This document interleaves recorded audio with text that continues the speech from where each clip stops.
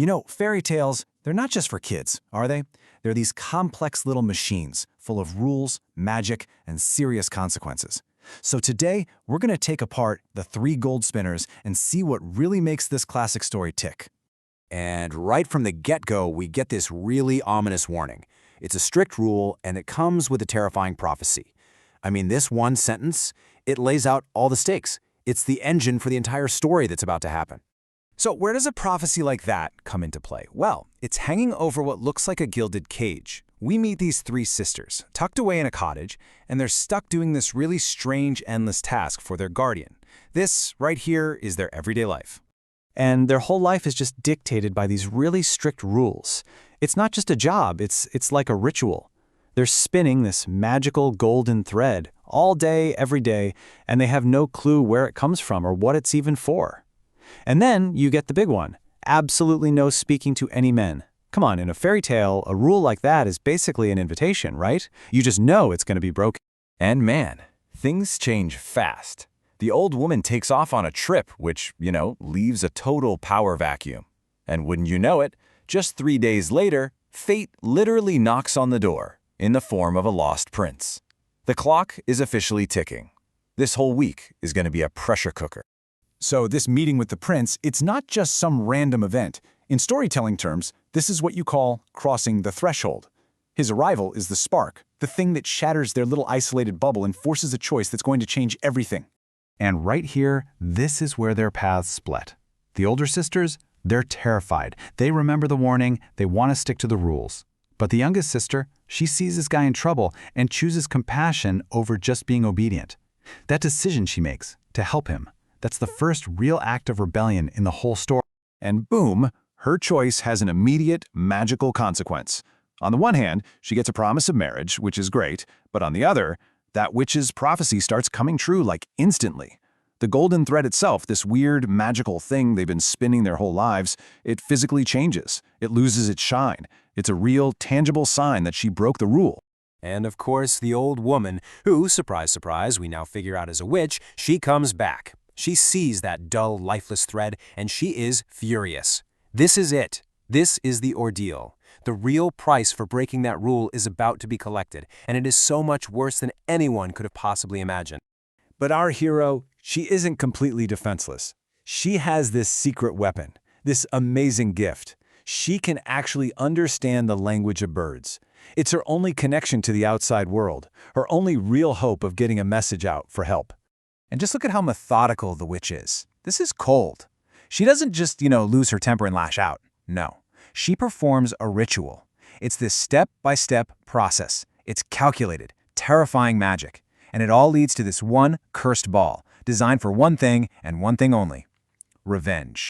And here's the spell itself. You can just feel the pure evil in these words. She's not just trying to punish the girl. She's commanding the fricking whirlwind to completely erase her existence, to bury her forever in the rushing river. Chilling stuff. And the curse hits its target. They're trying to escape, she and the prince, and they're on a bridge, which is so symbolic, right? A transition to a new life. And that's when the magic ball strikes her. She just vanishes into the river. As far as the prince knows, she is gone. Forever. This is definitely the lowest point in the story. But the story isn't over. Not by a long shot. The spotlight actually shifts now. The prince is absolutely devastated. He's even physically sick with grief. So now he has to start his own journey. This becomes his road of trials, this big quest to figure out what the heck happened and, if he can, to fix it. And this isn't some quick fix. A whole year goes by. Think about that. A full year of just sadness and hopelessness.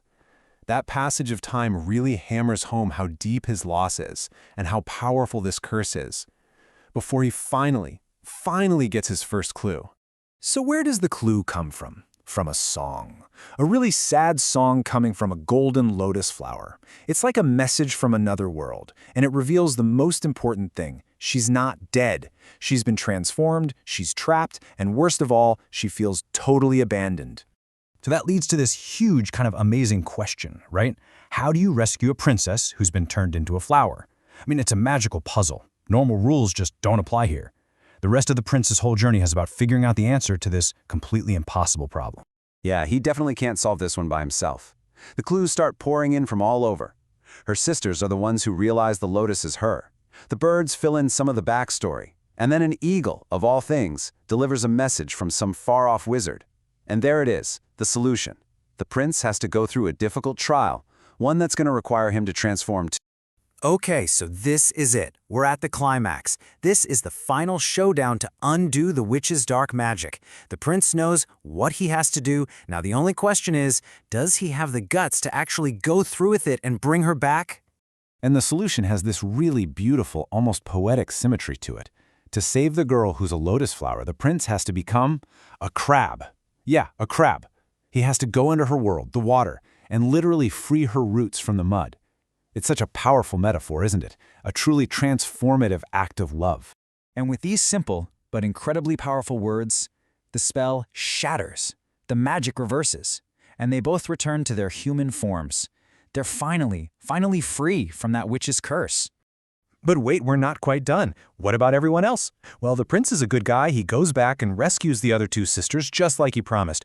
And the witch? Oh, she gets a taste of some sweet poetic justice. Her own greed does her in when she gobbles up a poisoned cake left behind by the very sisters she tortured for years.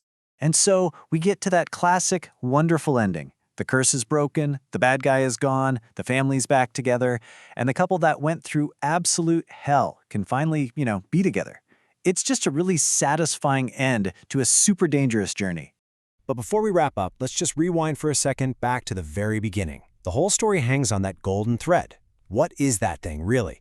Is it just about obedience, or maybe purity? Or could it be something even deeper, like a literal thread of fate that our hero had the courage to mess with?